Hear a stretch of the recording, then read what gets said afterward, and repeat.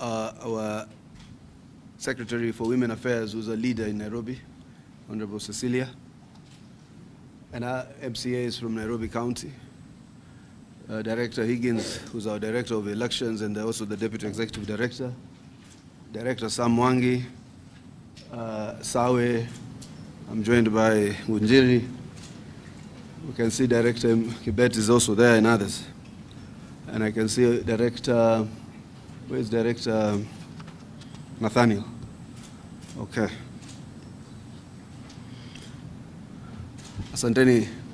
So I will start.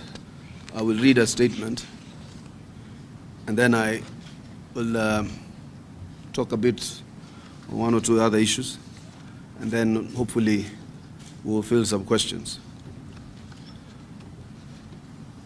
27th February 2026, emphatic, decisive, triumphant.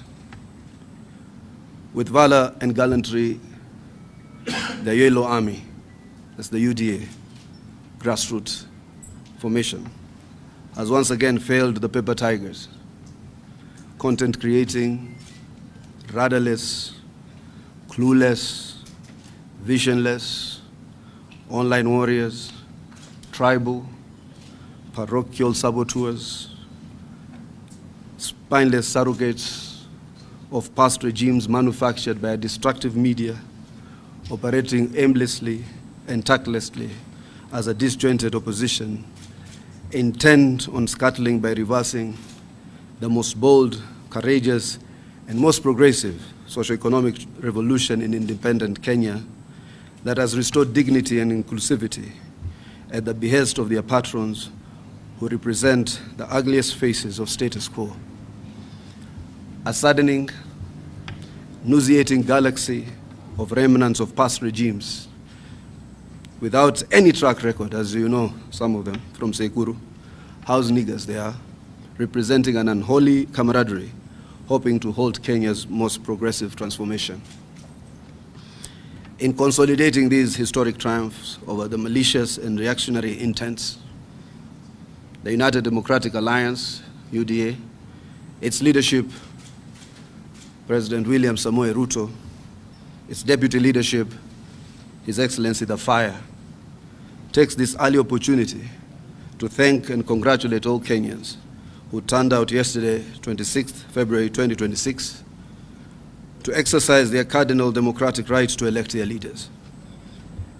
They have bestowed trust and confidence in UDA and our candidates by voting them into office in a victory most decisive, most resounding, and politically domineering over other rudderless political formations. And you do realize, in November I was here again, we scored 17 out of 24 victories as the broad-based. Today, 4 out of 4. Lakini, munakaa kwa social media, mukijiambia, iko kitu nyingine. Therefore, we warmly welcome and congratulate Honorable Tubi Mohamed Tubi for a decisive victory in Isiolo South Parliamentary seat, alongside Eliphas Kanainga Njiru, Honorable Duncan Muratia Nyaga, and Honorable Peterson Njeru for their decisive victories in West Kabras, Evrore, and Muminji wards, respectively. I mean Shagalacha, Elfas Kainanga Shalacha, Honorable Duncan Muratia Nyaga, and Honorable Peterson Njeru for their victories in West Kabras, Evrore, and Muminji wards, respectively. And these are diverse parts of Kenya. Wajua Kalonzo akikuwa na by-election, anasimamisha Ukambani peke yake, sio? Sisi we run everywhere. This clean sweep across the board in all elective seats on offer stands as a powerful testimony of immense trust Kenyans continue to repose in the UDA party, its party leader, his deputy, and his deputy. It equally reflects a clear departure in the minds of voters towards narratives that genuinely promise transformation of livelihoods and communities, as opposed to the disjointed opposition, hot air policies, which is riddled with discursive emptiness. The voters are emphatically rejecting politics, whose currency remains hollow microphone gymnastics, noise without substance, and rhetoric without responsibility, often designed to stoke emotions and ethnic divisions rather than offer solutions.